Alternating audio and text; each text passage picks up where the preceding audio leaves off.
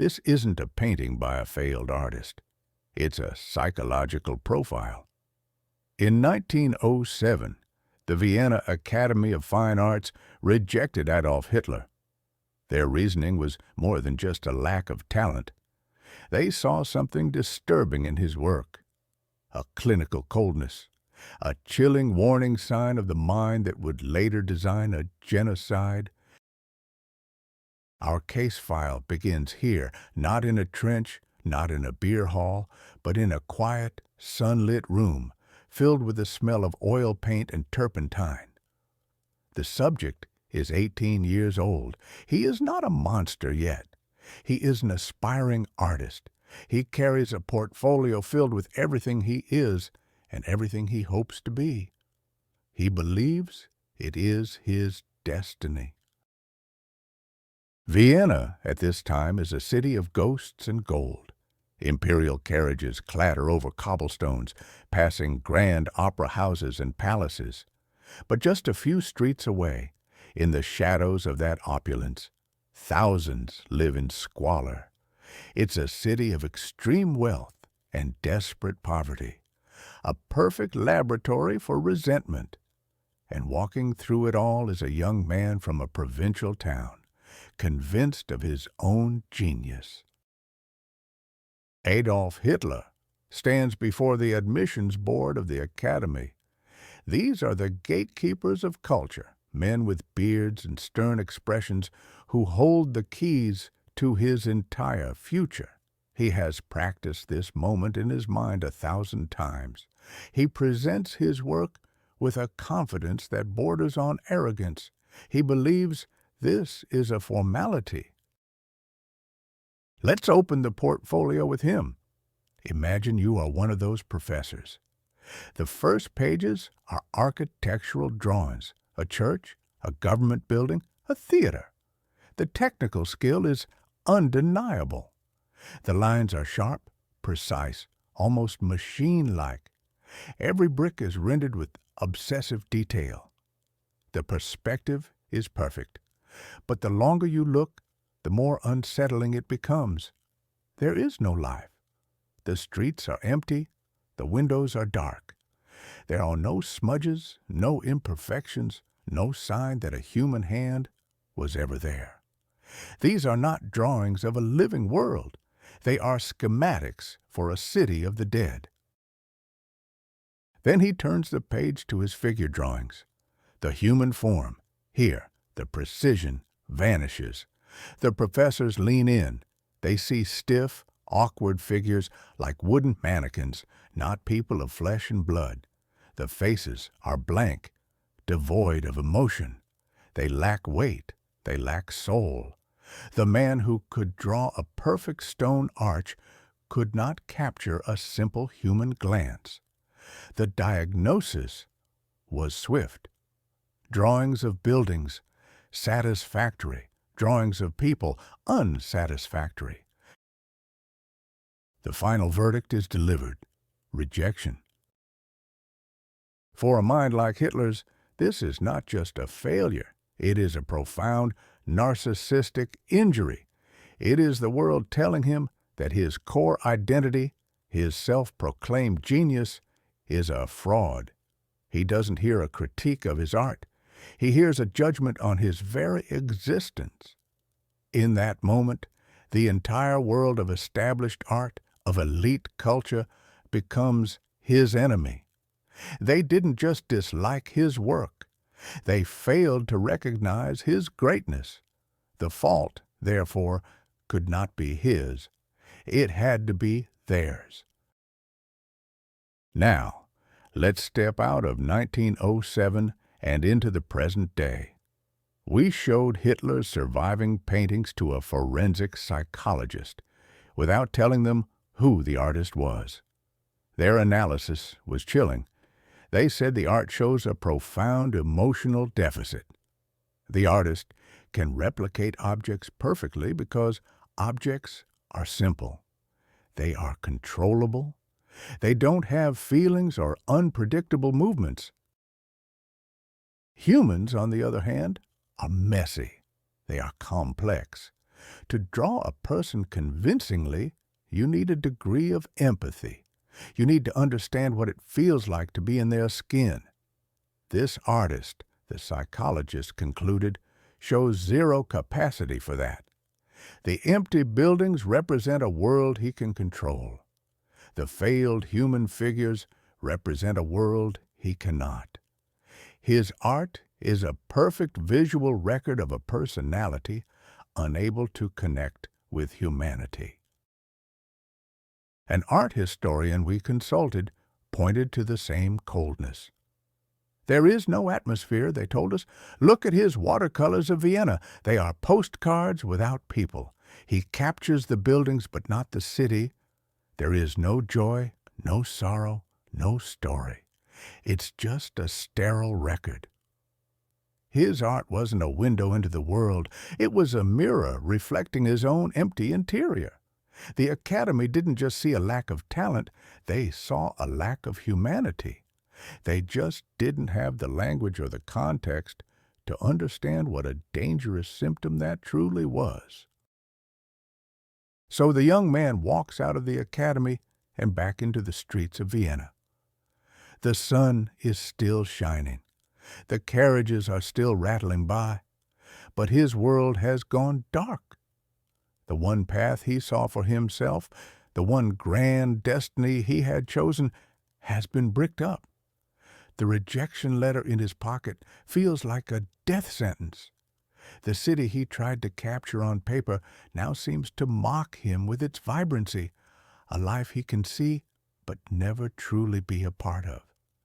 The resentment begins to curdle into something much darker, a poison looking for a vein. Is it possible to see evil in a piece of art? The paintings still exist. You can find them online and judge for yourself if the warning signs are there, hidden in plain sight. Crushed by the failure of the only dream he ever had, a man with this psychological profile now finds himself at rock bottom. The question is, what does he do next? Before Mein Kampf, there was a pamphlet. Before the Nuremberg rallies, there were angry speeches in smoky beer halls. In the squalid, homeless shelters of Vienna, a young Adolf Hitler wasn't creating his ideology. He was absorbing it. Our investigation has identified a man, a forgotten mentor, who handed a bitter, impressionable art student the complete blueprint for his future hatred. This is the story of how a nobody learned to become a monster.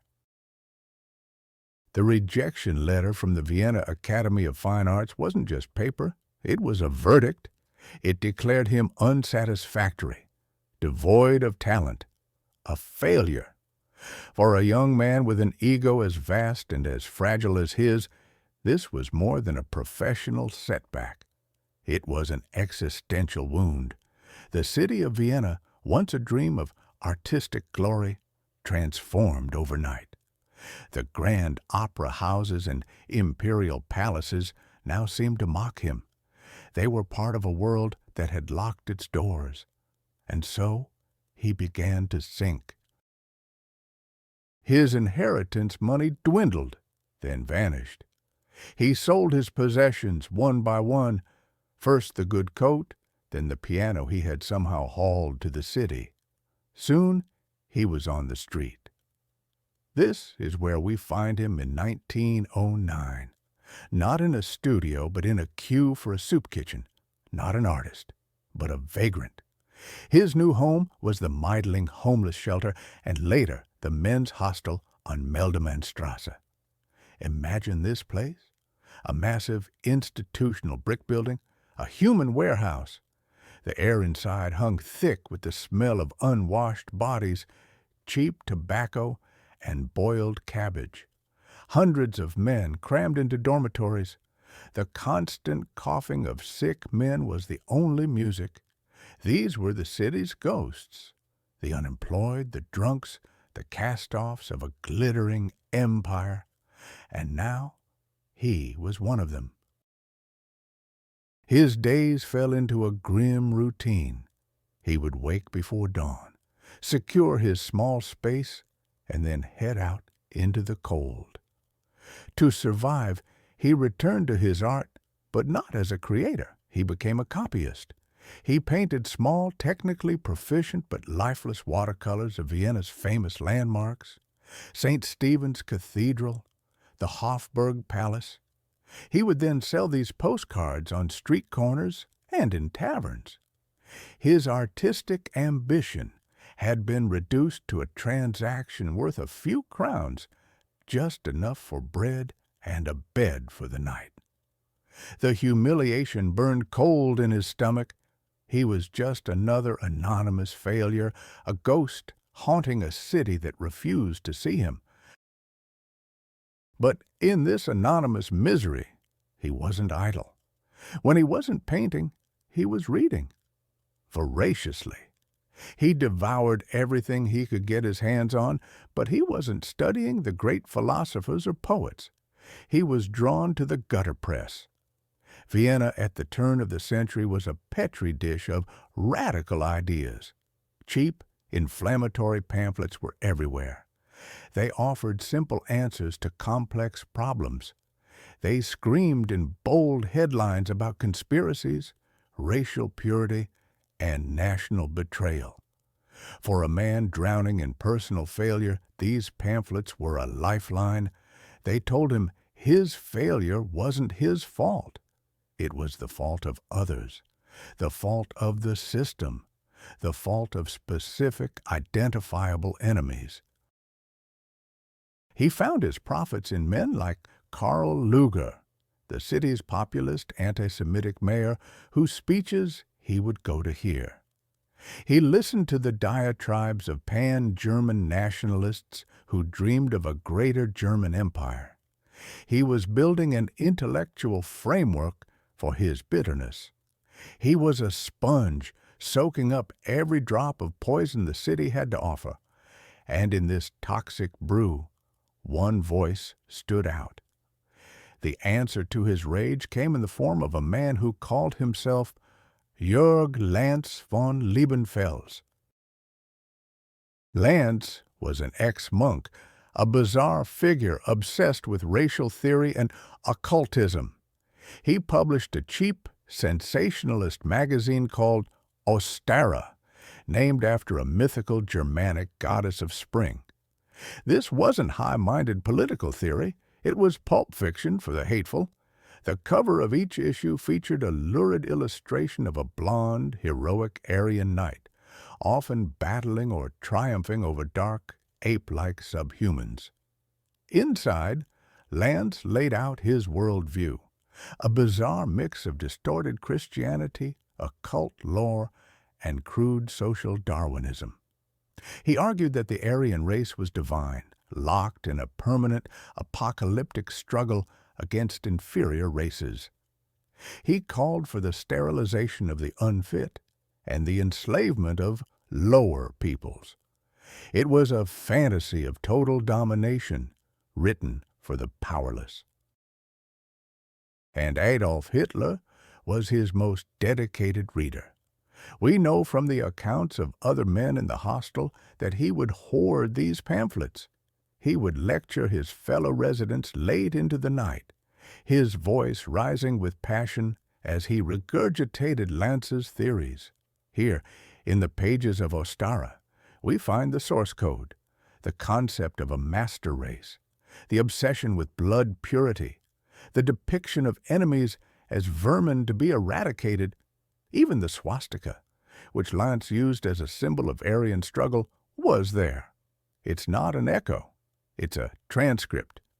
The man who would later write Mein Kampf, presenting these ideas as his own profound discovery, was in fact lifting them almost wholesale from a defrocked monk's racist comic book. He was less an author and more its most receptive student. Hitler took Lanz's crude, occultist fantasies and began to strip them of their more bizarre elements. He kept the core message of racial struggle, but repackaged it, refining the poison, making it more palatable for a wider audience. In the squalor of the men's hostel, surrounded by failure, he finally found his true medium. He wasn't an artist of paint and canvas, he was an artist of resentment. He began to craft the story that would explain his life, a story where he was not a failure but a victim, a man who saw a truth that others were blind to. The diagnosis was complete. The patient had identified the disease he believed was afflicting the world, which was really the disease afflicting his own soul. He had a theory.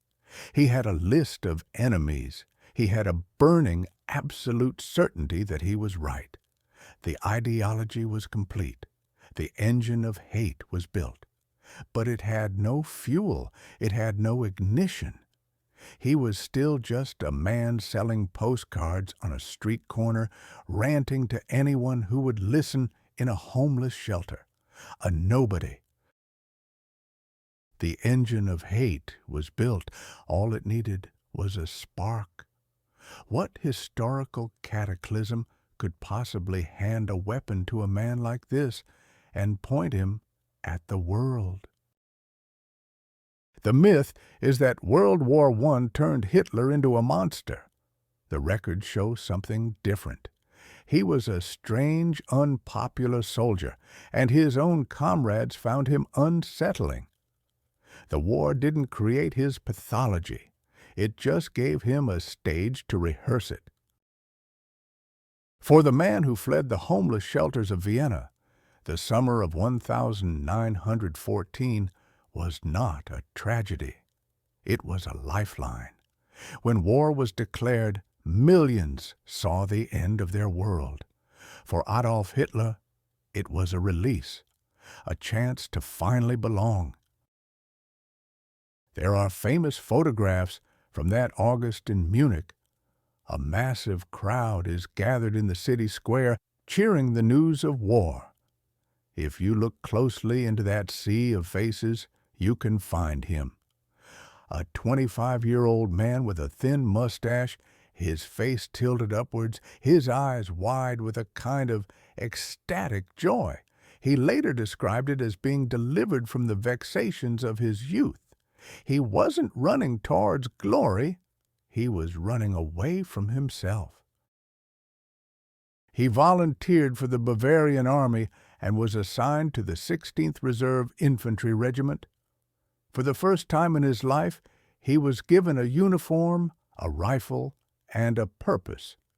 He was sent to the Western Front, the meat grinder of a generation. But Hitler's war was different from that of the men huddled in the mud. He became a regimental dispatch runner, a Meldeganger. This was a dangerous job.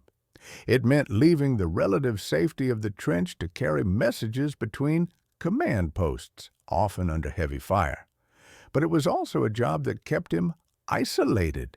He wasn't part of the tight-knit camaraderie of the frontline infantry. He was a courier, moving between worlds belonging to none. His fellow soldiers remembered him, but not as a hero. They remembered him as the odd one, the man who sat apart. While others read letters from sweethearts and mothers, Hitler sat alone, poring over angry political pamphlets. He never received personal mail, not a single letter, not one package. In a place where a connection to the outside world is all that keeps you sane, that silence speaks volumes. He didn't talk about girls or farms or life before the war. He lectured. He would launch into tirades about politics, the weakness of the government, and the enemies within. His comrades found it bizarre, unsettling. They had nicknames for him. Some called him the artist. Others, less kindly, called him an Etappenschwein, a rear area pig, a soldier who stayed close to headquarters, away from the worst of the fighting. He was seen as too eager to please the officers, too formal, too intense. He didn't drink, didn't smoke, didn't share in the dark humor that made trench life bearable. He was in the war, but not truly of it. He was an observer, a student of chaos. And then there are the medals. Hitler was awarded the Iron Cross twice, first and second class, unusual for an enlisted man of his rank. The myth he later built presented these as awards for incredible bravery. The reality, according to many who served with him, is more complicated. His job as a dispatch runner put him in constant contact with senior officers. He was reliable, obedient, always there, ready to salute and parrot the nationalist slogans they wanted to hear. The Iron Cross, first class, was recommended by his Jewish superior officer, Hugo Gutmann, a fact Hitler would conveniently erase from his personal history. The evidence suggests his medals were rewards not for battlefield courage, but for loyalty and sycophancy, for being a good soldier in the eyes of command, not a trusted brother in the eyes of his peers. What's more dangerous, a soldier who fears war, or one who feels comfortable in it? For Hitler, the army was the first functional family he had ever known. It had a clear hierarchy, clear rules, a clear enemy. Life was simple. Obey orders and survive. The industrial slaughter that broke millions of other men gave him a strange sense of peace. The chaos of the battlefield was less terrifying to him than the social chaos of a Vienna coffee house. In the trenches, he didn't have to pretend to be an artist or worry about selling postcards. He just had to be a soldier. For a man with a hollow core, the rigid shell of the military was a perfect fit. In October 1918, near Ypres, his war almost came to an end. A British gas attack swept through his position. The mustard gas seared his lungs and, for a time, blinded him. Evacuated to a military hospital in Pomerania, he lay in the dark, his eyes bandaged, convinced his sight was gone forever. The failure of his artistic vision in Vienna was now replaced by a terrifying literal blindness. But the greatest trauma was yet to come. It wasn't the gas or the fear of death, it was the news. One morning, a pastor came to the ward to address the wounded soldiers. His voice trembling, he told them the war was over. The Kaiser had abdicated. Germany had surrendered. For Hitler, lying in his hospital bed, this was the moment the world broke. He described it himself. Everything went black before his eyes. He stumbled back to the dormitory, buried his burning head in his pillow, and wept for the first time since the day his mother died. These were not the tears of a patriot mourning his country. They were the tears of a narcissist whose identity had just been shattered. The army, the one thing that gave him value, was gone.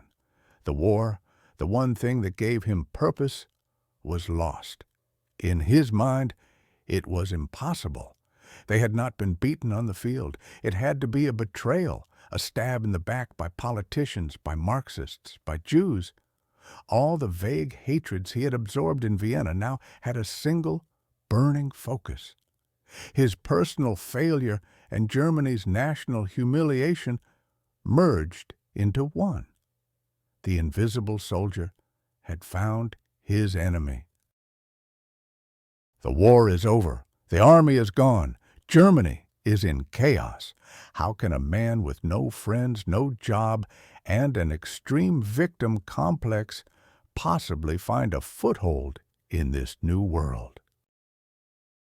In 1919, Adolf Hitler was given his first real job since the war. He was a spy for the German army.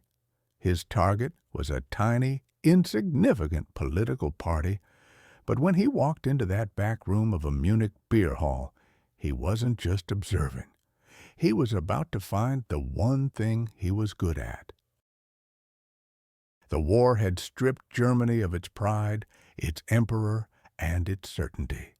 The city of Munich was a wound that refused to heal.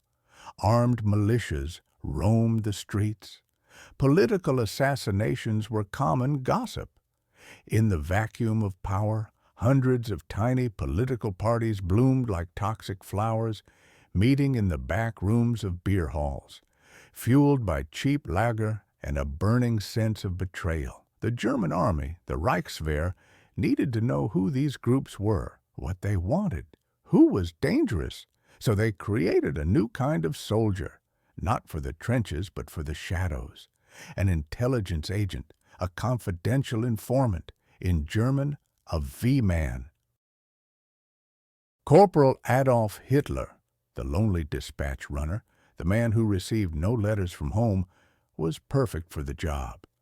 He had no real friends, no close family to distract him.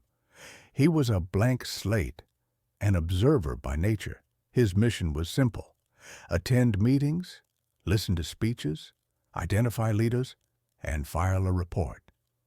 He was a political auditor for a bankrupt nation. For weeks, he drifted through the smoky halls of Munich, a ghost in a field-gray coat. He listened to communists, monarchists, separatists, hearing dozens of speeches, all variations on the same theme of anger and humiliation. He took his notes. He filed his reports. It was a job, and it gave him a purpose. Then, on September 12, 1919, his assignment sent him to a beer hall called the Sternekerbräu. The target? A group with a clumsy, forgettable name? The German Workers' Party, the DAP. On paper, they were nothing. A fringe movement with a few dozen members at most.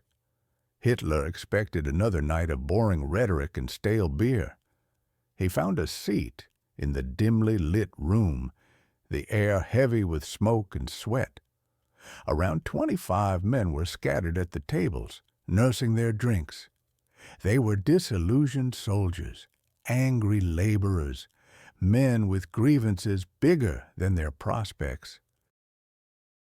The main speaker was an engineer named Gottfried Vetter. He droned on about economics, about the evils of international finance capital. Hitler listened, his pen still. The arguments were familiar, but the delivery was flat. There was no fire, no passion. To Hitler, it was like watching a man try to start a forest fire with a damp match. This wasn't how you harnessed rage, this was how you put it to sleep. The speech ended. Polite, scattered applause. Then the discussion began. This was the part of the meeting Hitler usually ignored. The real information came from the main speaker. But then a man stood up, a professor of some kind, and began to argue for Bavarian separatism. He proposed that Bavaria should break away from Germany and form a new nation with Austria. And at that moment, something inside the quiet army informant snapped. All the rage he had nursed in the gutters of Vienna, all the fury from the trenches, all the contempt for the politicians who had surrendered Germany's honor, it all boiled to the surface. He was supposed to be invisible, a fly on the wall, but the professor's argument was an insult to his entire worldview. He couldn't stay silent. He stood up. When Hitler began to speak, the room changed. His voice was low, almost trembling with contained fury. He wasn't debating the professor, he was dissecting him.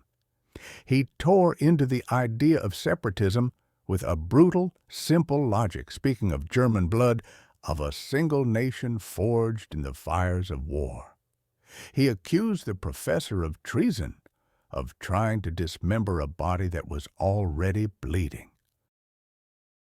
Then his voice began to rise. The awkward, brooding soldier vanished. In his place stood an orator. The sentences became shorter, sharper, like hammer blows. His hands, once clenched at his sides, now carved the air into shapes of enemies and heroes. The 25 men in the room stopped drinking. They turned in their chairs. They leaned forward. The original speaker was forgotten. The professor who had prompted the outburst looked stunned, as if he'd been physically struck. Hitler was no longer just a corporal. He was a vessel for the anger in that room. He gave their formless resentment a voice, a direction, a target. For several minutes, he was a spontaneous, volcanic eruption of everything he had believed for years. When he finished, he sat down, his heart pounding. The room was silent. Then it broke into thunderous applause. As the meeting broke up, a small, thin man with glasses approached him. He was a toolmaker named Anton Drexler, founder of this tiny party. He looked at Hitler with awe, like a man who had just seen lightning strike his own house without burning it down. He pressed a small pamphlet into Hitler's hand titled My Political Awakening. Drexler's words were simple. "We could use someone like you." He asked this furious stranger to come to the next committee meeting, to join them. Adolf Hitler had walked into the Sternecker that night as an agent of the state, a spy, sent to monitor a threat. He walked out with an invitation. The army had sent him to find an enemy. Instead, he had found a home. The party founder, Anton Drexler, thought he had found a powerful new voice for his movement. He had no idea what he had truly done. He had just invited a predator into the henhouse. He didn't build the Nazi Party. He stole it. This is the story of how Adolf Hitler, member number 55, used psychological warfare to systematically dismantle the leadership of the German Workers' Party and seize it for himself in a matter of months. He walked into the party not as a follower, but as a predator, assessing a new environment. The German Workers' Party, the DAP, was a pathetic creature, a tiny discussion group, barely a few dozen men huddled in the back room of a Munich beer hall. They were timid, academic, lost in convoluted theories about capitalism and national pride. Their founder, a locksmith named Anton Drexler, was a well-meaning but weak man. He saw a passionate new member. He had no idea he'd just invited a virus into the host. Hitler's army intelligence handlers were pleased. He was inside. His job was to observe and report. But Hitler had other plans. He didn't want to report on the party. He wanted to possess it. His first target was the party's public face, or rather, its lack of one. Propaganda. He volunteered to take it over. The committee, relieved that someone was willing to do the tedious work, agreed instantly. It was their first mistake. The party's meeting announcements had been pathetic. Just a few lines of dry text, mimeographed on cheap paper. Hitler changed that overnight. He designed new posters himself, using blood-red ink. The letters were thick, aggressive, demanding attention from across a crowded street. He didn't just announce a meeting, he declared a battle. Jews and their profiteering. Down with the Versailles Treaty. These weren't invitations to a debate. They were calls to arms. Then he moved on to the venue. Drexler was content with the back room of the Sternekerbräu, a space that could hold maybe 50 people. Hitler, without asking anyone, started booking rooms in the Hofbräuhaus, massive halls capable of holding hundreds, even thousands. The party committee was terrified. They couldn't afford it. They would be humiliated when only 30 people showed up. But the people did show up. First 100, then 200, then 500. They weren't coming for Anton Drexler's droning lectures. They were coming for the spectacle. They were coming for the raw, unfiltered rage of the party's new star speaker, Adolf Hitler. You have to understand what these speeches were like. They weren't political arguments. They were carefully constructed theatrical performances. He would begin quietly, almost nervously, speaking in simple sentences about the suffering of the German people. He made them feel seen, describing their hunger, their shame, their anger. Then he would identify the source of their pain. It was never a complex economic theory. It was always a person, a villain, the international financier, the Marxist traitor, the Jew. As he named the enemy, his voice would rise, the pace would quicken. His hands, once still, would begin to chop the air, his face would contort. The quiet, awkward soldier disappeared, replaced by a vessel of pure fury. The speech built into a screaming crescendo, a hysterical release of all the poison the audience felt in their own hearts. When it was over, the crowd was exhausted, ecstatic, and utterly his. They didn't just agree with him, they felt a deep personal connection. He was their voice. Anton Drexler and the old committee watched from the side of the stage. This wasn't their party anymore. The locksmiths, railway workers, and poets who founded the DAP were now just stagehands in the Adolf Hitler show. The money pouring in from donations and new memberships didn't go to the party treasurer. It went directly to Hitler's personal allies to fund more posters, more rallies, more growth. He was building a party within the party, one loyal only to him. The old guard knew they were losing control. They had to do something. They devised a plan they thought was clever, a merger with a rival nationalist party. On the surface, it made sense. A united front would be stronger, but their real motive was to dilute Hitler's power. In a larger party, he would be just one voice on an expanded committee. His special status would be gone. He would be contained. They presented the proposal to him expecting an argument. They didn't get one. Instead, Hitler stared at them with cold fury. He saw the trap instantly, and he responded not by fighting their move, but by making a more dramatic one of his own. On July 11, 1921, he wrote a letter and resigned from the party. It was an absolute bombshell. The committee was thrown into chaos. Their plan had backfired spectacularly. They thought they were containing their biggest asset. Instead, they had just driven him away. Panic set in. Without Hitler, there were no crowds, no donations, no energy. Without Hitler, the DAP was just a few dozen men in a back room again. They were nothing. The public didn't even know Anton Drexler's name. They knew Hitler.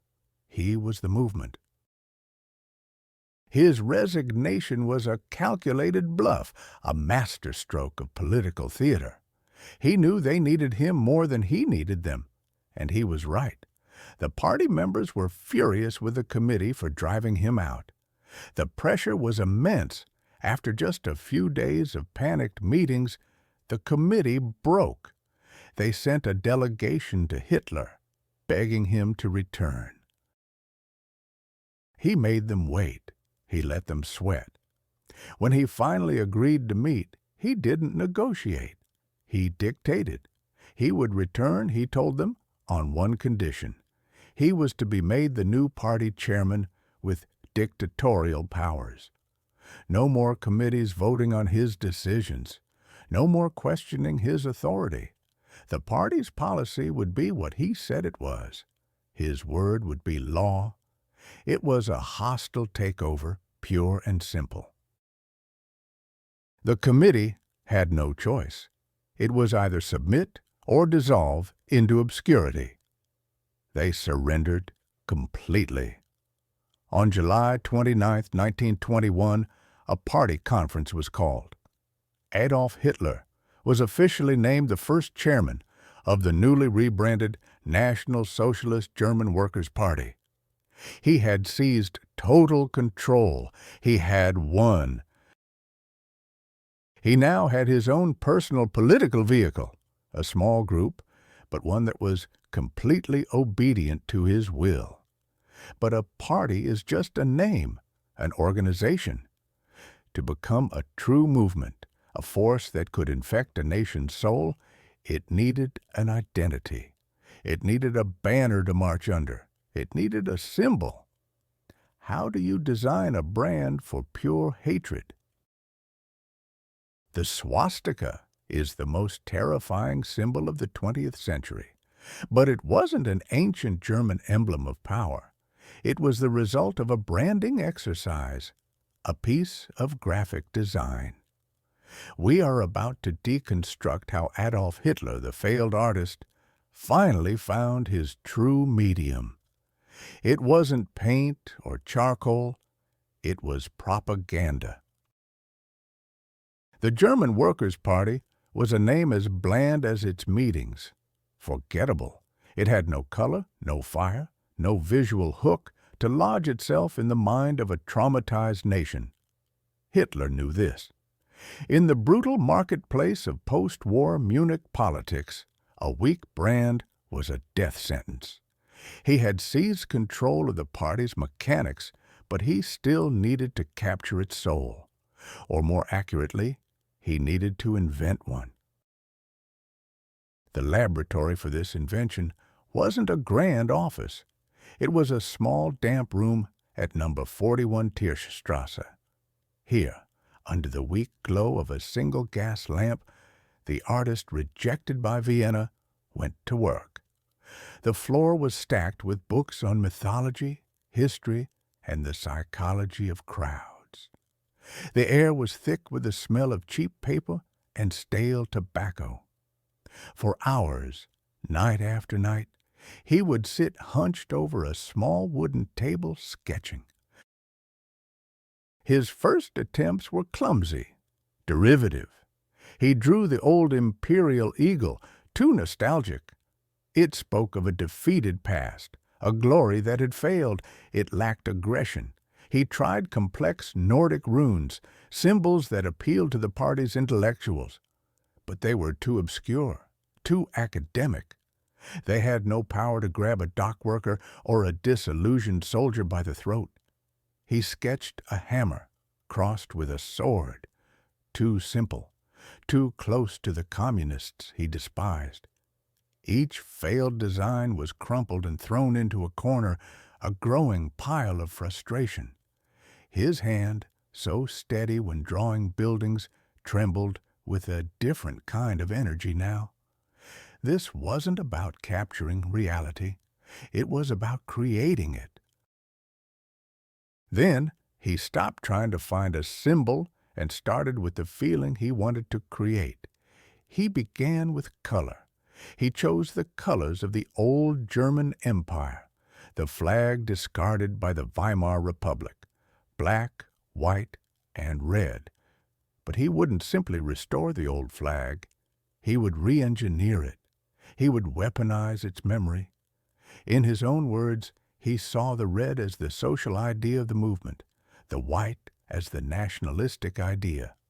The black swastika would represent the mission, the struggle of the Aryan man. He'd seen the swastika before on the pamphlets of fringe nationalist groups, an ancient symbol of good fortune twisted by occultists into a sign of racial purity. But their versions were static, flat.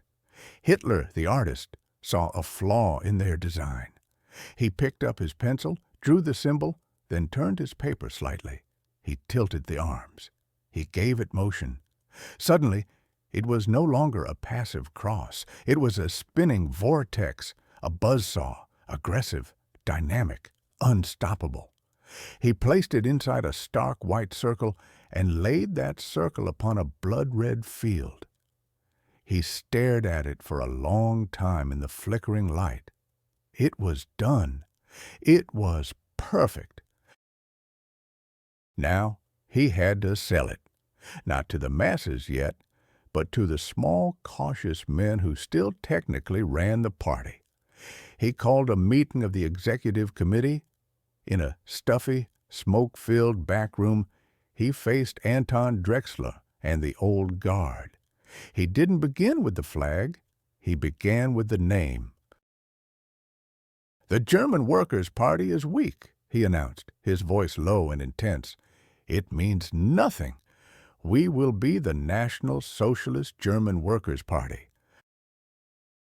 A nervous murmur went through the room. Drexler shifted in his chair. "Socialist," he protested. "Adolf, that is the word of the enemy. It will drive away our nationalist supporters." Hitler leaned forward, his eyes locking onto Drexler's. He didn't raise his voice. He explained it like a professor dissecting a specimen. "No, Anton, it is a weapon. Socialist is the hook we use to pull the workers from the communists. It is their word and we are stealing it. National is for the bourgeoisie and the army. We are combining two things that our enemies say can never be combined. We are creating a new idea that belongs only to us." He wasn't debating ideology. He was explaining a marketing masterstroke. The old men fell silent, outmaneuvered by his cold, predatory logic. Then came the second blow. He unrolled a large sheet of paper on the table, revealing the stark, brutal design of the new flag. This time, the objection was visceral. "What is this?" someone stammered. "A pagan sun wheel? It is not a German symbol." "It is now," Hitler said, his voice flat and final. He began to dissect his own creation, explaining the psychological warfare embedded in the design. "The red is the blood of the people. It incites passion. It is the color of our enemies, and we will make it ours. The white circle is the purity of our nation, and in the center the swastika, the symbol of creative, triumphant work, of the Aryan struggle." He spoke of it not as a flag, but as a standard for a coming war. He wasn't asking for their opinion. He was telling them the future. They looked from his burning eyes to the violent symbol on the table, and they understood. The party was no longer theirs. It was his. The public unveiling was planned with theatrical precision. It took place in a large Munich beer hall packed with over 2,000 people. The air was a heavy fog of stale beer, sweat, and cheap cigars. On stage, Hitler's voice rose and fell, a carefully constructed symphony of rage and hope. He spoke of betrayal, of humiliation, of a nation on its knees. He built the anger, stoked the resentment, until the entire hall was a powder keg waiting for a spark. At the absolute peak of his screaming crescendo, he gave a sharp nod. Two men at the back of the stage unfurled a massive red banner. For a heartbeat, there was absolute silence, broken only by the crackle of the fabric as it settled. The crowd stared, mesmerized. This symbol was nothing like the tired, familiar flags of the other parties. It was alien. It was violent. It was shocking. Then a single person began to clap. Another joined, then a dozen, then 100. The clapping transformed into a roar, a deep, guttural, ecstatic sound that shook the rafters. It wasn't just approval, it was recognition. The symbol had bypassed their brains and hit them directly in their wounded pride. It gave their formless anger a shape. It gave their hatred a target. In that moment, a political party was transformed into a movement, a cult. The effect on the streets of Munich was immediate.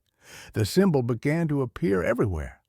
Men who had been anonymous malcontents now wore red armbands with the black swastika in its white circle. They walked differently. They were part of something visible, something intimidating. Posters with the design were plastered over the walls of the city, a stark visual declaration of war.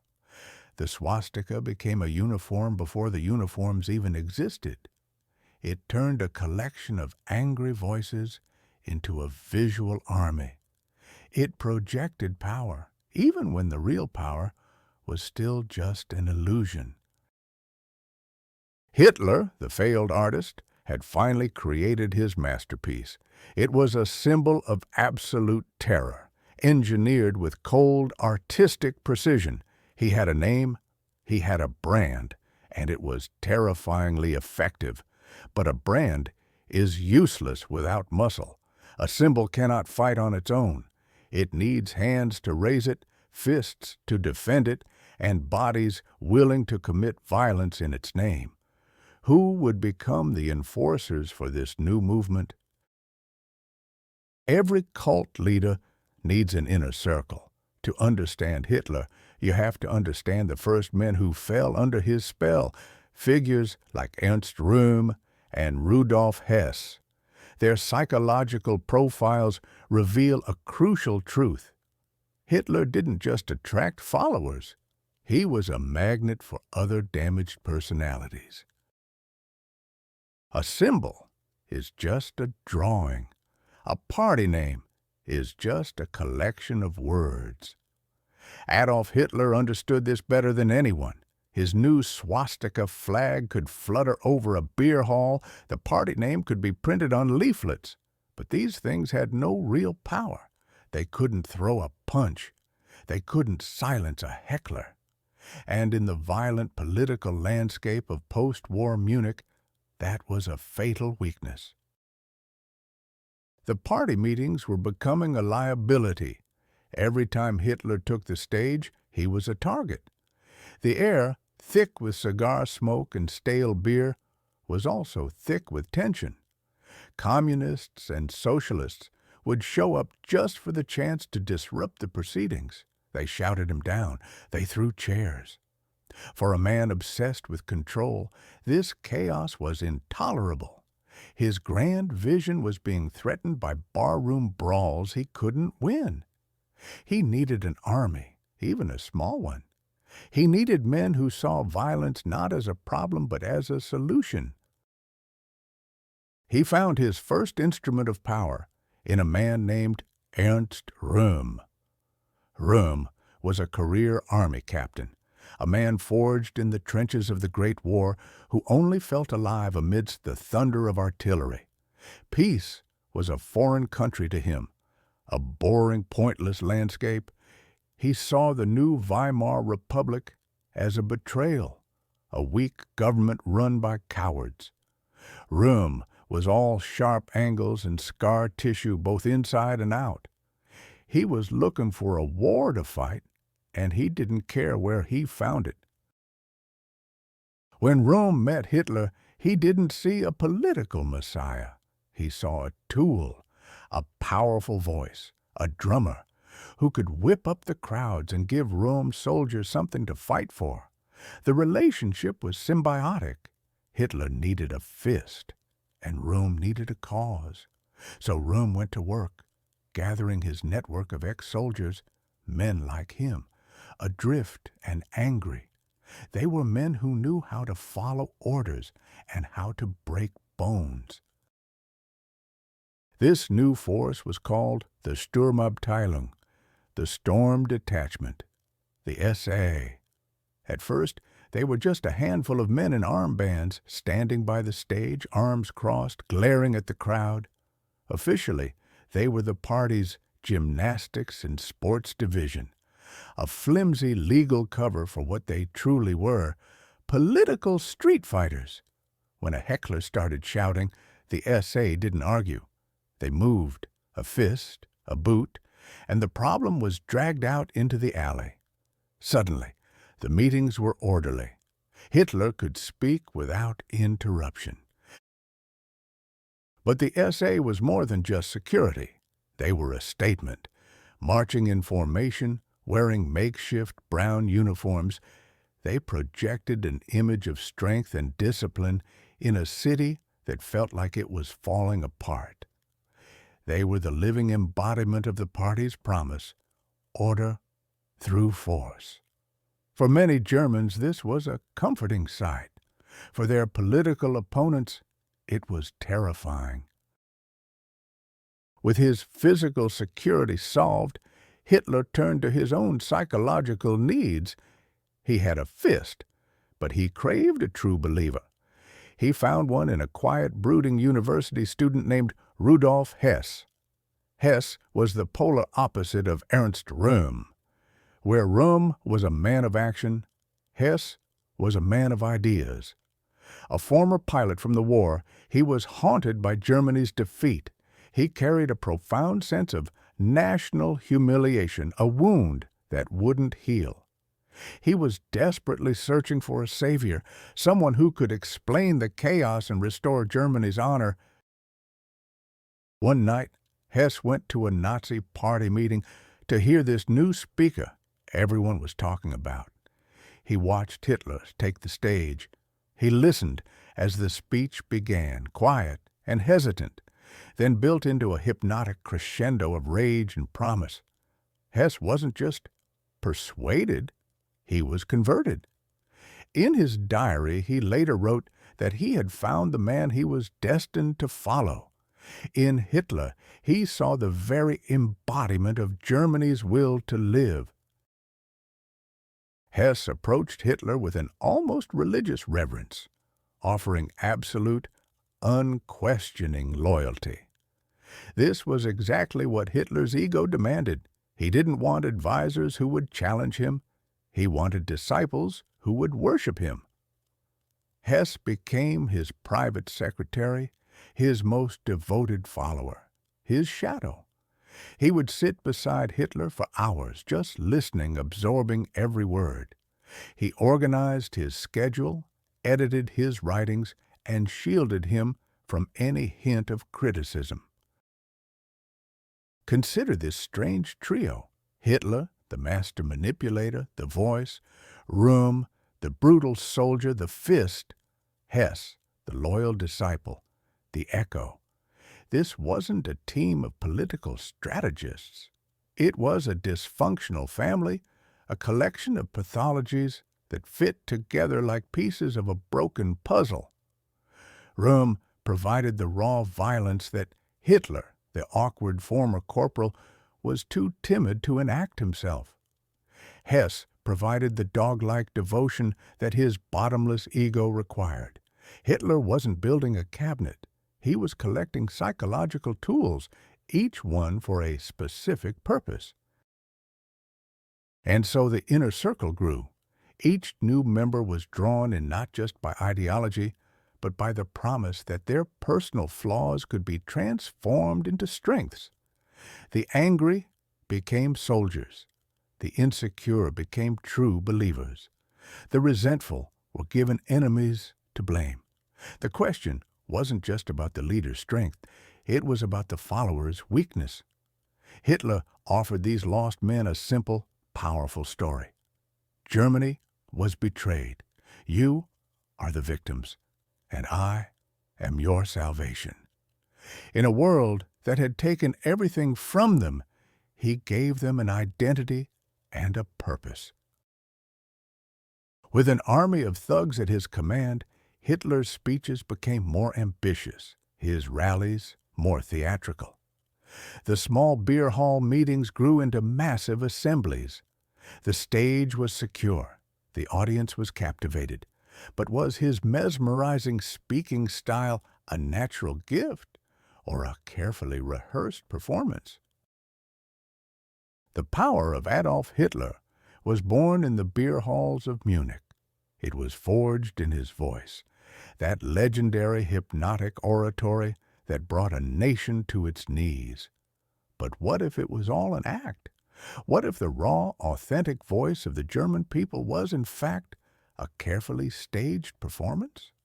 And the man who seemed to channel a nation's rage had a secret director, a forgotten acting coach who taught him every gesture, every pause, every scream. In the beginning, he was clumsy.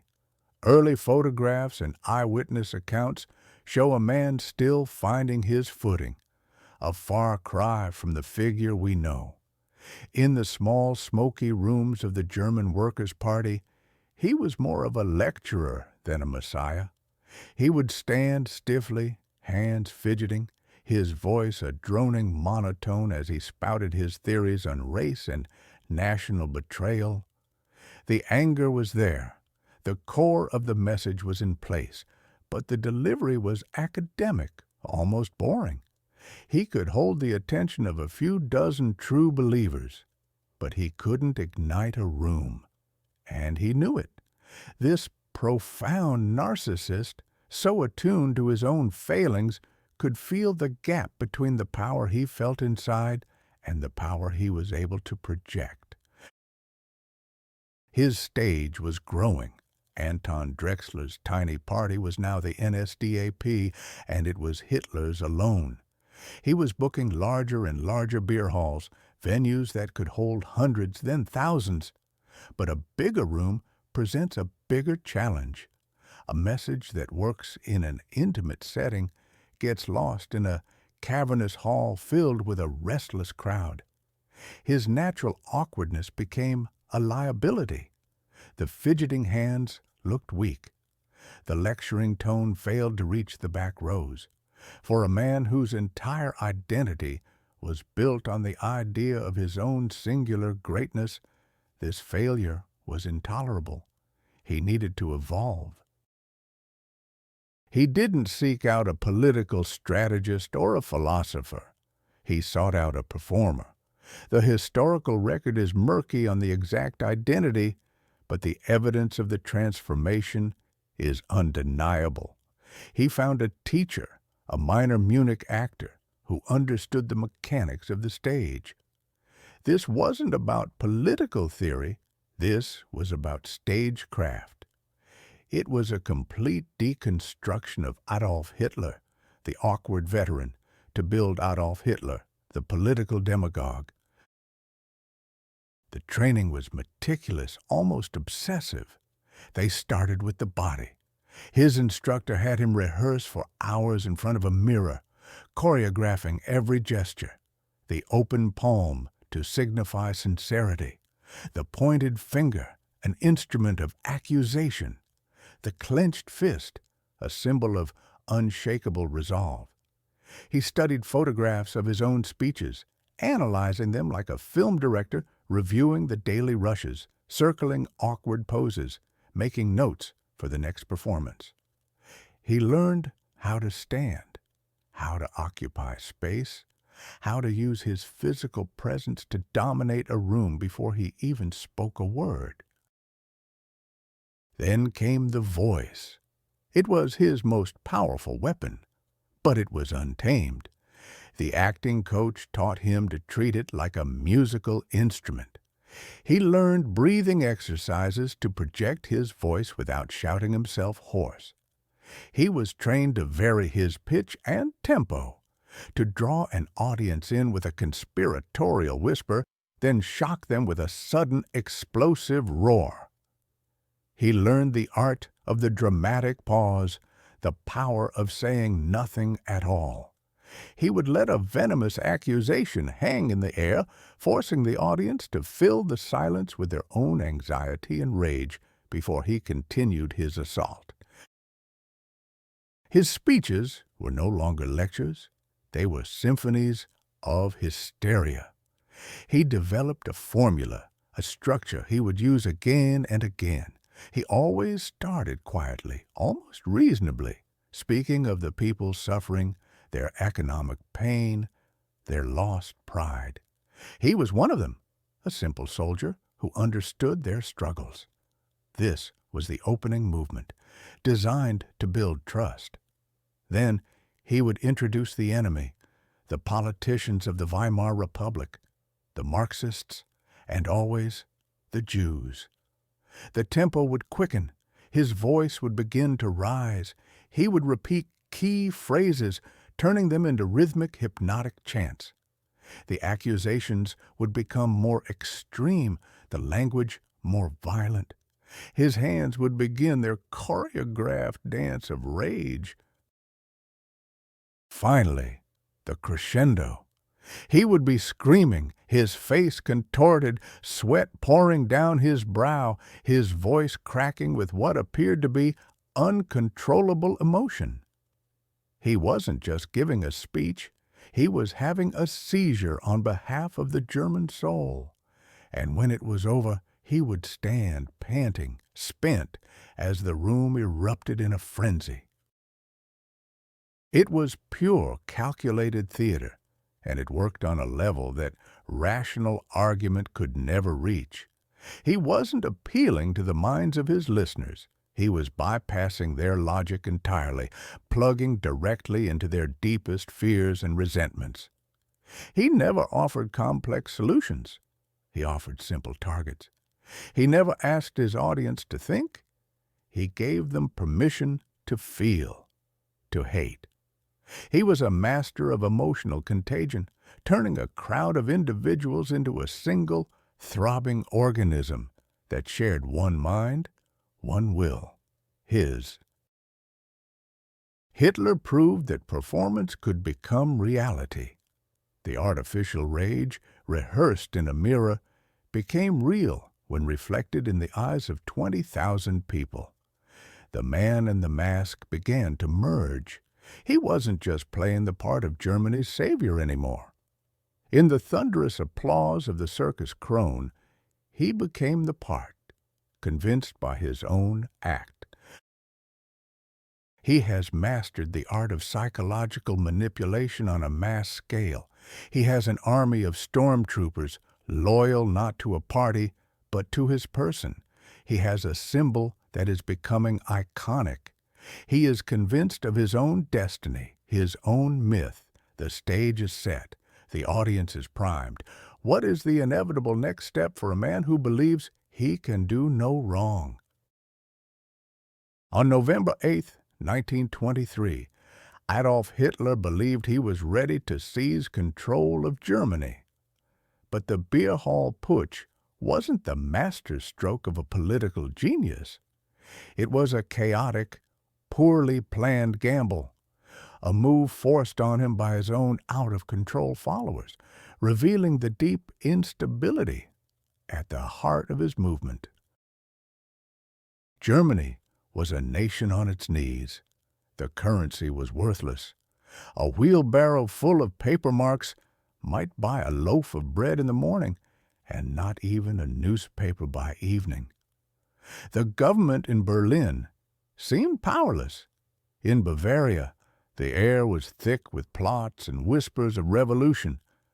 It was a perfect storm, and Hitler's party was at its eye. He had spent years building his private army, the Sturmabteilung, the SA. He had recruited thousands of angry, unemployed young men, ex-soldiers who missed the war, street brawlers who craved violence. He gave them uniforms, a flag, and an enemy. He promised them action. Now, they were demanding he deliver. Ernst Röhm, the SA's commander, was growing impatient. His men were restless. They were drilling in the fields outside Munich, smuggling weapons and getting into bloody street fights. They were a coiled spring, ready to snap. The pressure on Hitler wasn't coming from the government. It was coming from his own ranks. He had created a monster of expectation, and now that monster had to be fed. He wasn't so much leading a movement as he was running to stay ahead of a stampede. The evening of November 8th began like any other in the Burger Bräukeller, one of Munich's largest beer halls, a vast, smoky cavern filled with thousands of citizens. On the stage were the three most powerful men in Bavaria: State Commissioner Gustav von Kahr, head of the Army General von Lossow, and Chief of the State Police Colonel von Seisser. They were giving speeches, reassuring the public that they had everything under control. They had no idea what was waiting outside. Just after 8:30, the doors burst open. SA stormtroopers, armed with rifles and pistols, swarmed into the hall. They pushed through the stunned crowd, knocking over tables and beer steins. A heavy machine gun was dragged into the entrance, its black barrel pointed at the audience. Panic began to ripple through the room. Then a figure pushed his way to the front. It was Adolf Hitler, wearing a trench coat over his suit. He scrambled onto a chair, pulled out a pistol, and fired a single shot into the ornate ceiling. Plaster rained down. The hall fell silent. Every eye was on him. "The National Revolution has broken out!" he screamed, his voice cracking with adrenaline. He was lying, of course. Nothing had broken out beyond the doors of this beer hall. But in that moment, he was trying to bend reality to his will. He declared that the Bavarian government was deposed, that the national government in Berlin was finished. He announced that he, Adolf Hitler, was now leading the new government of Germany.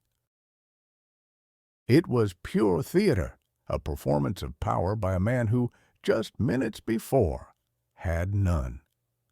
He ordered the three leaders, Kahr, Lossow, and Seisser, off the stage and into a small side room at gunpoint. The fate of Germany, he believed, would be decided in that tiny, cramped space. Imagine the scene, the three powerful officials, now his prisoners. Hitler, pacing back and forth, waving his pistol, his eyes wild. He wasn't negotiating. He was dictating terms. He offered them positions in his new regime. General Ludendorff, the famed World War I commander, was brought in to lend the coup an air of legitimacy. Under the immense pressure, with a mob baying for their blood just outside the door, the three men gave in. They shook Hitler's hand. They agreed to support his march on Berlin. Hitler was euphoric. He strode back into the main hall, his prisoners in tow. He announced their full support. The crowd, initially hostile, was now caught up in the drama. They saw their leaders seemingly endorsing the revolution. They saw the legendary General Ludendorff standing with Hitler. The mood shifted. They began to cheer. For a fleeting moment, it seemed the absurd gamble might actually work. But the entire enterprise was built on a foundation of lies and coercion, and it began to crumble almost immediately. Hitler made a fatal error. A clash had broken out between his stormtroopers and regular army units at a nearby barracks. Believing he had to solve the problem personally, he left the beer hall, leaving the three Bavarian leaders in the care of General Ludendorff. Ludendorff was a soldier of the old school. He believed in a man's word of honor. When Karr, Lossow, and Seisser each swore an oath to him that they would remain loyal, he believed them. He let them leave the beer hall. It was a catastrophic misjudgment. One by one, they slipped out into the night. The first thing they did was organize the forces to crush the Putsch. They alerted every police station and army barracks in Munich. Hitler's revolution was betrayed before it had even begun. This raises a chilling question. What is more dangerous?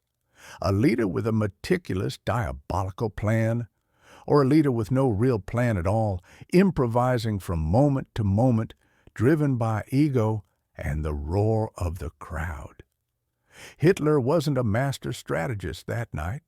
He was a gambler who had pushed all his chips onto the table, hoping to scare everyone else into folding. By the next morning, the reality was clear. The army had not joined him.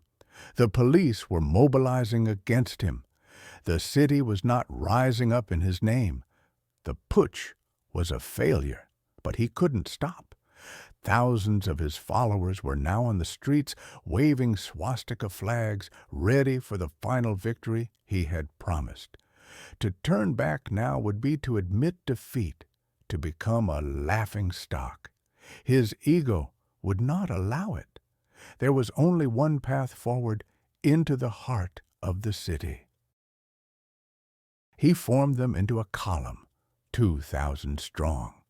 Hitler, Ludendorff, and the party elite marched at the very front. They moved through the streets, pushing past small police barricades, heading for the Ministry of War.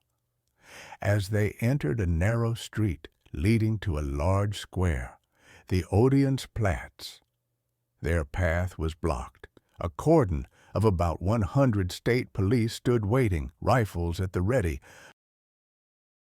The two groups stood facing each other. The air was electric with tension. Someone fired a shot. To this day, no one is sure who. But that single shot was all it took. The police responded with a volley of rifle fire. The wave of revolutionaries crashed against a wall of bullets. The march collapsed into chaos in less than a minute. In the smoke and the screaming, what happened to the man who had declared himself Germany's new leader? When the first shots were fired, the man who preached iron, will, and sacrifice ran. The story of what happened in the hours after the failed beer hall putsch is not a tale of heroic martyrdom. It's the clinical record of a pathetic and cowardly psychological collapse. This was the moment the myth of the fearless leader was tested against reality. And reality won. November 9th, 1923. The air in Munich is cold, electric. A column of 2,000 brown shirts marches toward the city center, a river of brown uniforms and swastika flags flowing through the narrow streets. At their head is Adolf Hitler. His plan, conceived in the drunken haze of a beer hall, is now in motion. He believes the army and the police will flock to his cause, that the sheer force of his will can topple a state. They reach the Odeonsplatz, a large square in the heart of the city. Their path is blocked. A line of about 100 Bavarian state police stands firm, rifles at the ready. For a few tense seconds, the two groups face each other. Shouts are exchanged. Then a single shot rings out. To this day, no one is certain who fired first. It doesn't matter. The shot shatters the illusion. In an instant, the square becomes a kill zone. The police open fire with brutal efficiency. The brown shirts, armed mostly with pistols and clubs, are completely outgunned. Men scream and fall. Hitler is at the very front, his arm linked with several others in a show of solidarity. A man to his left, a key supporter named Max von Scheubner-Richter, is hit in the lung. He crumples to the ground, a dead weight, pulling Hitler down with him. The pavement smacks hard against Hitler's side. A searing pain shoots through his left shoulder. It's dislocated. For a moment, he lies there, stunned, the smell of gunpowder thick in his nostrils. This is the moment of truth, when a leader is forged in fire or exposed as a fraud. His followers are dying around him. His revolution is being shot to pieces. His first instinct is not to fight, not to rally his men. It is to escape. He scrambles to his feet, clutching his injured arm, and runs. He doesn't look back. He leaves behind 16 of his followers, dead or dying on the cold stones of the Odeonsplatz. He abandons the men who had pledged their lives to him just hours before. The man who would later demand the ultimate sacrifice from millions of Germans showed his own value for loyalty was 0. A yellow car waits nearby, its engine running. He is bundled inside. The doors slam shut, and the car speeds away, leaving the chaos, the sirens, and the bodies behind. He is driven not to a secret command post to regroup, but to the countryside. He is taken to the lavish villa of a wealthy supporter, Ernst Hanf Stengel, in a small town called Uffing, a refuge, a place to hide. The would-be dictator of Germany is now a fugitive, cowering in the home of a friend. For the next 2 days, the conqueror of Germany is a prisoner of his own mind. The physical pain in his shoulder is nothing compared to the agony of his shattered ego. The grand performance had ended in a bloody, humiliating farce. He doesn't eat. He paces the luxurious rooms like a caged animal, muttering about betrayal and failure. The narcissistic injury is catastrophic. He had declared a national revolution, and the nation had not just ignored him, it had shot at him. His host's wife, Helene Hanfstengel, a woman of sharp intelligence, becomes his unwilling warden. She finds him in his room, spiraling into a deep depression. He is no longer the hypnotic orator. He is a broken man, consumed by self-pity. At one point, she enters to find him holding a pistol. He rants that all is lost, that he has nothing left to live for. He is going to end it all. This is the great leader, the man of destiny, threatening suicide because his first attempt at a coup failed. Helene has to talk him down, her calm reasoning slowly chipping away at his hysterical despair. She takes the weapon from his hand. The Führer, a man who projected an image of superhuman strength, was so fragile in private that he had to be disarmed and comforted like a child. But the real world has not forgotten him. While Hitler wallows in his country retreat, the authorities are methodically hunting down the leaders of the Putsch. They follow the trail. On November 11th, 2 days after the failed march, the police arrive at the Hanfstengel villa. There is no dramatic last stand, no defiant speech. They find him in his pajamas, despondent and defeated. Some accounts say he was hiding in a wardrobe, others that he was simply sitting in his room waiting for the inevitable. Adolf Hitler, leader of the National Socialist German Workers' Party, surrenders without a word of protest. The cameras are not there to capture this moment. The image is too pathetic. The man who stood on tables screaming about Germany's destiny, is quietly led away by a few local policemen. His revolution lasted less than a day. His party is outlawed. His name is a joke in the national papers, the leader of a beer hall brawl. It raises a chilling question. Does a leader's personal bravery even matter if their ideas are powerful enough to infect a nation? He had shown himself to be a physical coward, a man who fled at the first sign of real danger. Yet the poison he had been injecting into the German psyche was still there, dormant, waiting. He has failed. He is humiliated, injured, and under arrest. His movement is in ruins. From the outside, it looks like the absolute end of his political career. How could this possibly be the best thing that ever happened to him?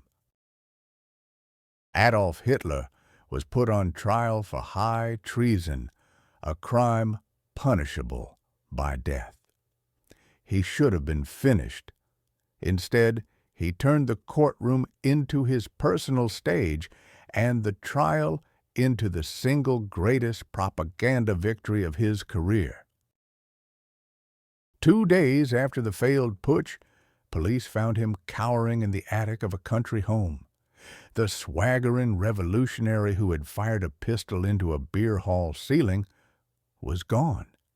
In his place was a defeated man with a dislocated shoulder, contemplating suicide. His party was outlawed. His followers were dead, arrested, or scattered. By all accounts, his political journey was over before it had truly begun. He was arrested and charged with a capital offense. The state had its man. The case seemed open and shut. But the trial, which began in February 1924, would not take place in a normal court. It was held before a special people's court in Munich, in an environment that was anything but neutral. The judges weren't impartial servants of the Weimar Republic.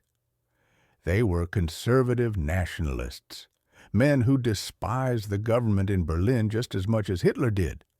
They saw the defendant not as a traitor to the nation, but as a patriot who had simply gone too far. This wasn't a courtroom. It was a sympathetic audience. Imagine the scene. Hitler enters, not in prison rags, but in a neat suit. Pinned to his chest is the Iron Cross, a medal he had earned for bravery in the Great War. This was deliberate theater. He wasn't presenting himself as a criminal, but as a soldier and a patriot.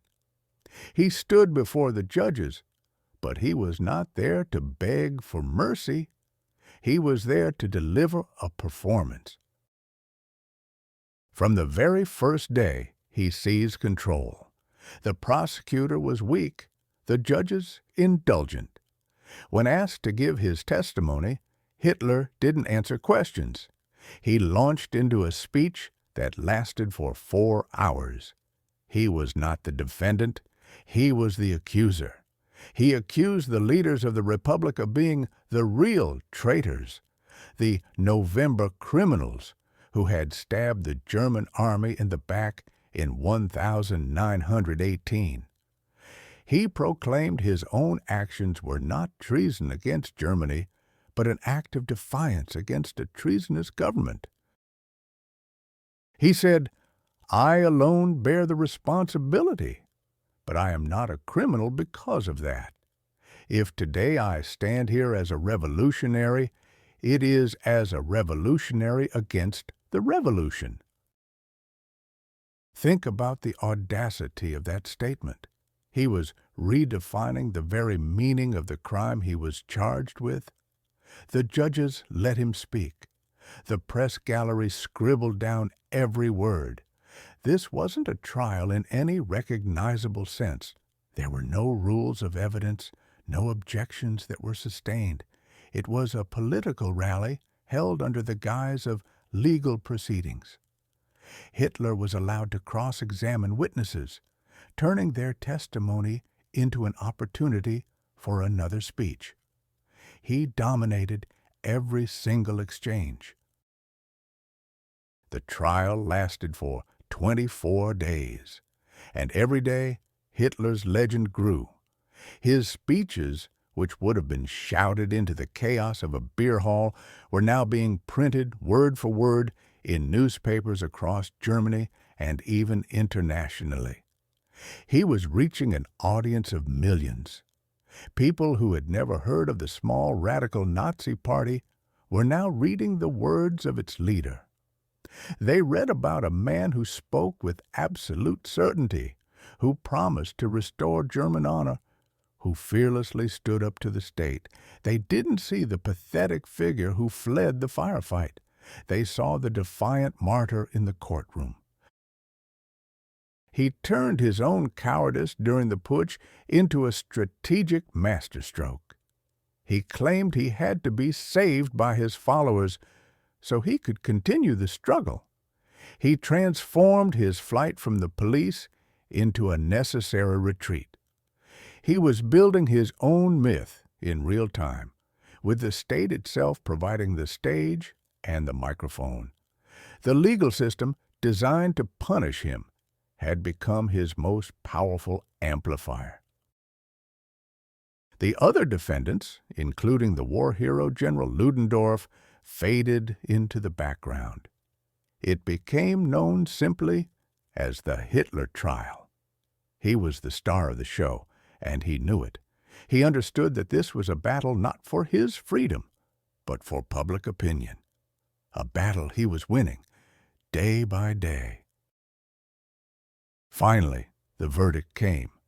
Adolf Hitler was found guilty of high treason. The law was clear. The punishment should have been severe, a long prison sentence, perhaps even execution. The prosecutor, in a final weak gesture, asked for 8 years. The chief judge delivered the sentence, 5 years, imprisonment, but with eligibility for parole in just 6 months. 6 months. It was less a punishment and more of a paid vacation. The sentence was so absurdly lenient, it was a joke. But nobody in the courtroom was laughing. They were cheering. Hitler had faced the system and broken it. He had stared down a charge of high treason and walked away with a slap on the wrist and a national reputation. He had lost the Putsch in the streets of Munich, but he had won a far more important victory in the court of public opinion. He was no longer just a fringe agitator. He was a political force, a martyr for the nationalist cause. His trial had made him a celebrity. He has been found guilty, but he has won the propaganda war. He is now being sent to Landsberg prison. What happens when you isolate a man like this and give him unlimited time to think? Landsberg prison wasn't a punishment for Adolf Hitler. It was an incubator. He was given a comfortable private room, unlimited visitors, and a personal secretary. It was here, in this fortress of quiet reflection, that he would design the blueprint for the Third Reich. The trial was over. The verdict was in. 5 years for high treason. For leading a coup that left 16 of his followers and 4 police officers dead, he received the lightest possible sentence. The judges called him a man of pure patriotic spirit. In the Germany of 1924, this was the justice system. But even this lenient sentence could have been the end. A leader locked away is a leader in name only. Movements built on the energy of a single man often crumble when he disappears from the stage. His enemies in the party could seize control. The public could simply forget him. For any other political firebrand, this would be the final chapter. For Hitler, it was the beginning of Act Two. He arrived at Landsberg, a medieval fortress turned modern prison, but he wasn't treated like a common criminal. He was escorted to a spacious two-room suite with a large window and a pleasant view. He was allowed to wear his own clothes, not a prison uniform. The guards treated him with deference, almost with reverence. They called him Herr Hitler and brought him the newspapers every morning. His meals were far better than those of the other inmates. He was, for all intents and purposes, a political guest of the state. And the guests started coming, a flood of them. Party members, loyalists, financial backers. They formed a line to see him, to seek his counsel, to pledge their continued allegiance. Rudolf Hess, his devoted deputy, was imprisoned in the same fortress and had constant access. Ernst Röhm, the brutal leader of the SA, came for strategic meetings. The prison administration didn't stop them. They facilitated the visits. Hitler's cell became the unofficial headquarters of the banned Nazi Party. He held court, sitting at a wooden table piled high with books and papers, dictating orders, settling disputes, and planning the future. The mail arrived in sacks. Thousands of letters from admirers across Germany. They sent him flowers, chocolates, books, and words of adoration. They saw him not as a failed revolutionary, but as a martyr, a hero who had dared to stand up for Germany. The trial had worked perfectly. He had transformed a disastrous failure into a public relations masterpiece. And now, in the quiet of his comfortable prison room, he had something he hadn't had in years. Time. Time to think. Think about a moment of failure in your own life, a moment you believed was the end of the road. How often does that failure in hindsight become the very foundation for what comes next? Hitler had charged head first at the brick wall of the state, and the state had not flinched. The memory of that day in Munich was burned into his mind. The sound of police rifles, the sight of his men falling, the primal fear that had made him flee while others died for his cause. He had believed that sheer force of will, the violent energy of his stormtroopers, could topple a government. He was wrong. This was the core lesson of Landsberg. He dissected the failure with the cold precision of a surgeon. The army did not join him. The police did not break. The state's monopoly on violence was absolute. You could not defeat it in a street fight. You could not take power with a pistol fired into a beer hall ceiling. The raw, chaotic energy that had fueled his early rise was not enough. It needed to be channeled, disciplined, and given a new, more insidious target. He saw the path forward with chilling clarity. The Weimar Republic, the democracy he so despised, had a fatal flaw. It was open. It had rules. It allowed its enemies to participate. The new strategy was born from this realization. He would no longer try to smash the system from the outside. He would hollow it out from within. He would use the very tools of democracy, elections, parliament, free speech, to systematically dismantle it. The goal was no longer a violent coup. The goal was to win power legally, to have the state handed to him, and then, once he held the levers of power, he would crush all opposition. This was a fundamental shift. The revolutionary became a politician. The street brawler decided to run for office. All the rage, all the hatred, all the ideology remained the same. but the method was now refined, colder, and infinitely more dangerous. While the factions of his party squabbled on the outside, Hitler was undergoing a metamorphosis. He was crafting a new weapon, a weapon made of words. He began to dictate. Hour after hour, day after day, he paced his room, pouring out his life story, his political theories, his vision for the future. His audience was his loyal secretary, Rudolf Hess, who sat dutifully at a typewriter, capturing every word. This was not just a memoir. It was a mission statement, a declaration of war. He wove together his personal grievances with the perceived grievances of the nation. He identified the enemies, the Jews, the Marxists, the architects of the Versailles Treaty. He laid out his twisted theories on race, on propaganda, on the use of terror.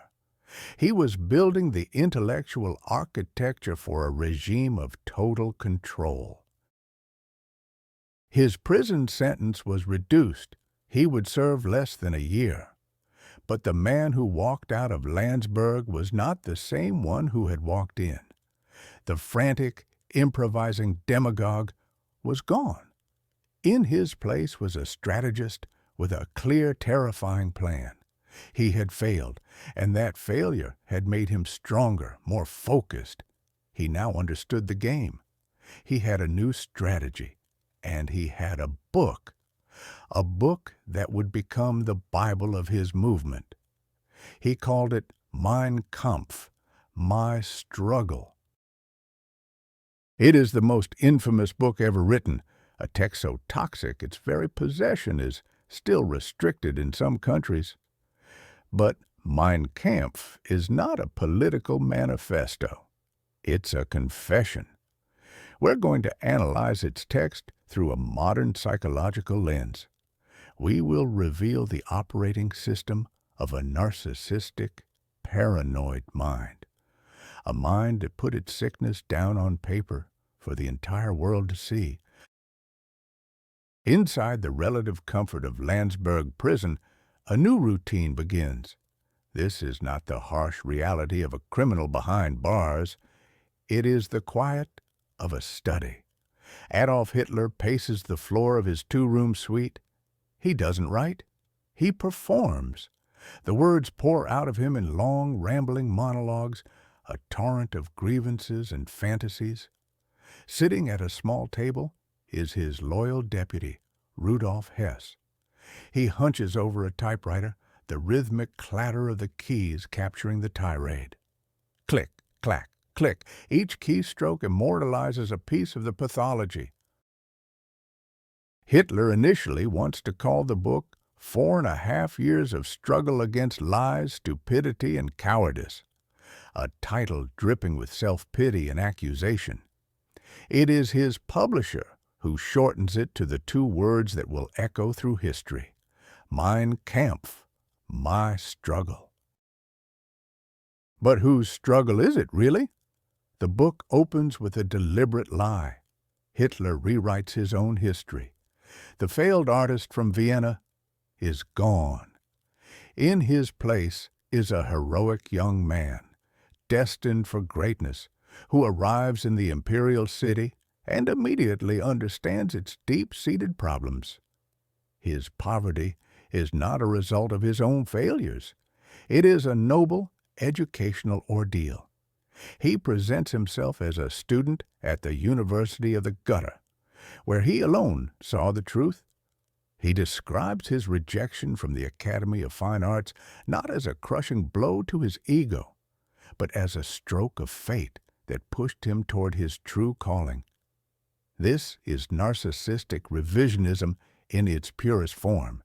He is forging his own origin myth, recasting himself as the hero in a story where he was once a pathetic failure. Then the text shifts from personal history to a vast paranoid worldview. When he writes about his enemies, the language changes. It becomes biological, medical, almost clinical. He speaks of a poison in the nation's blood. He describes Jewish people not as a religious or ethnic group, but as a parasite, a bacillus, a form of racial tuberculosis. This is not political discourse. This is the diagnostic language of a hypochondriac obsessed with contamination. He sees the world not as a collection of nations and ideas, but as a single body under constant threat of infection. The entire geopolitical landscape is reduced to a battle for racial purity inside this one diseased organism. Imagine reading a doctor's notes, not for a patient, but for an entire civilization. That is the feeling one gets from these chapters. He is the self-appointed physician who has diagnosed the illness and prescribed a horrific cure, to cut out the diseased tissue, to purify the bloodline, to restore the nation to a state of imagined health. Perhaps the most chilling section is where he lays out his theory of propaganda. Here, the mask of the ideologue falls away, and we see the cold, calculating manipulator. He writes with absolute clarity. Propaganda must not be intellectual. It must appeal directly to emotion. It must be aimed at the least intelligent members of society. The truth is irrelevant. What matters is what is effective. He explains the power of the big lie, a lie so colossal that no one would believe someone could have the impudence to distort the truth so shamelessly. He gives away the entire playbook. Keep the message simple. Repeat it relentlessly. Never admit a flaw or a doubt. Always focus the public's anger on a single enemy at a time. It prevents confusion. It channels hatred into a focused, destructive beam. He is not describing a political strategy. He is providing a step-by-step manual for mass hypnosis.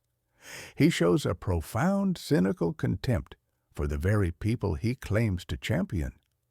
He sees them not as citizens to be persuaded, but as a primitive mass to be controlled, a stringed instrument on which he can play a symphony of hate.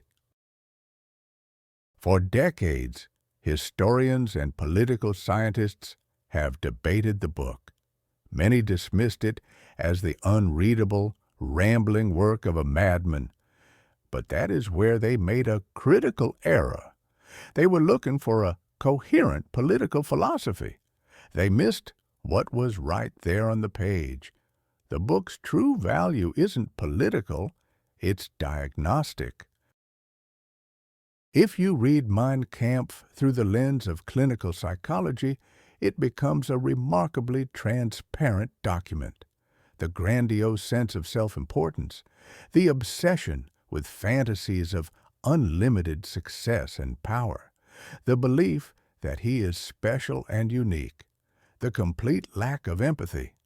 It is a textbook case study of narcissistic personality disorder. The constant talk of conspiracies, of hidden hands controlling world events, of enemies lurking in the shadows. This is the architecture of a paranoid mind.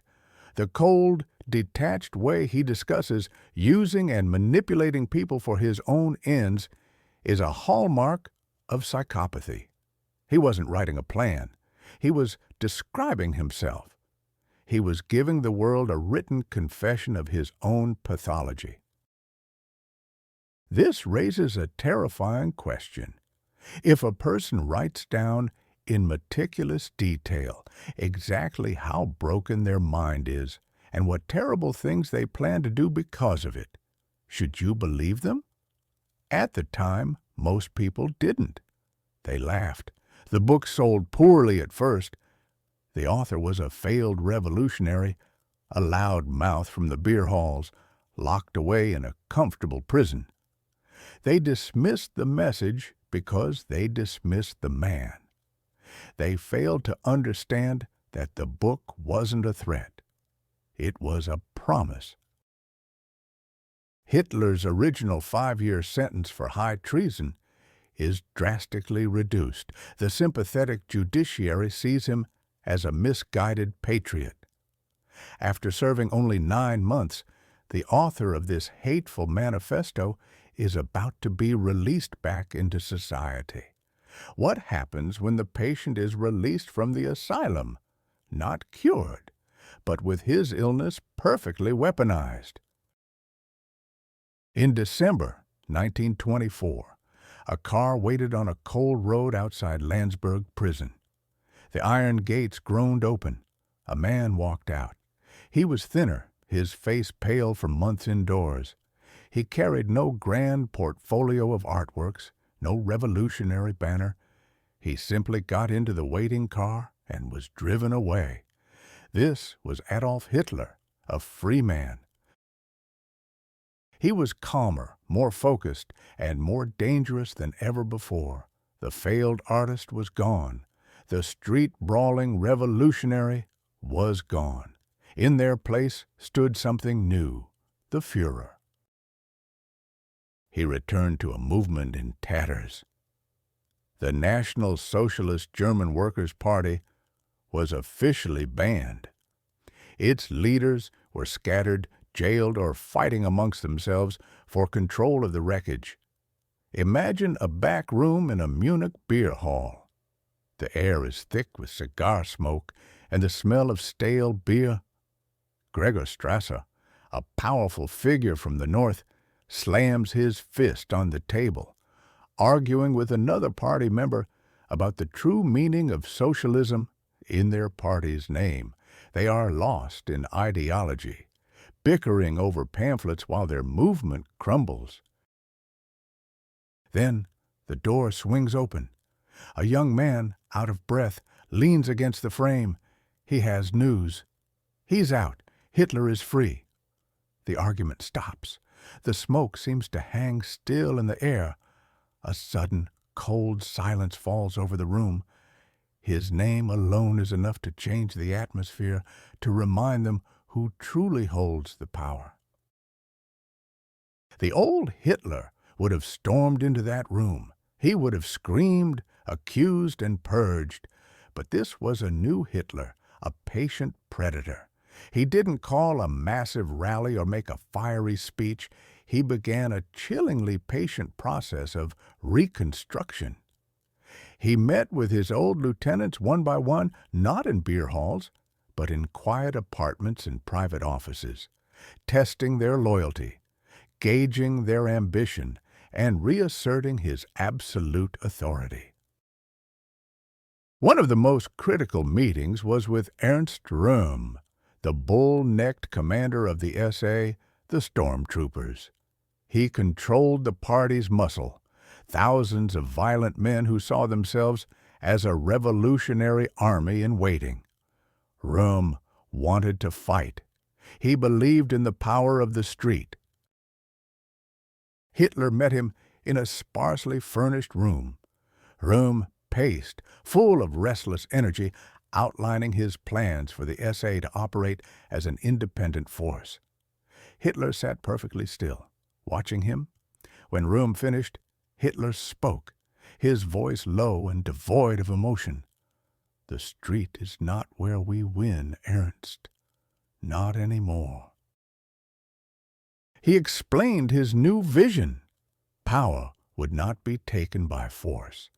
It would be taken from within, through the ballot box. The wolf has to put on the sheep's clothing to get into the fold, he told him.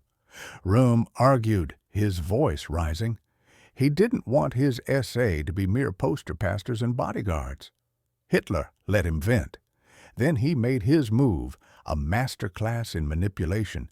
He spoke of a future where Röhm's SA would form the core of a new German army, a place of immense power and prestige. But that future was only possible if they followed his path. His path. He wasn't asking for an ally. He was demanding a subordinate. Röhm, the powerful commander, reluctantly bent the knee. The beast was being put on a leash. This new principle of absolute leadership, the Führerprinzip, was not just a suggestion, it was law, and it was enforced ruthlessly. Consider a local party branch in Nuremberg.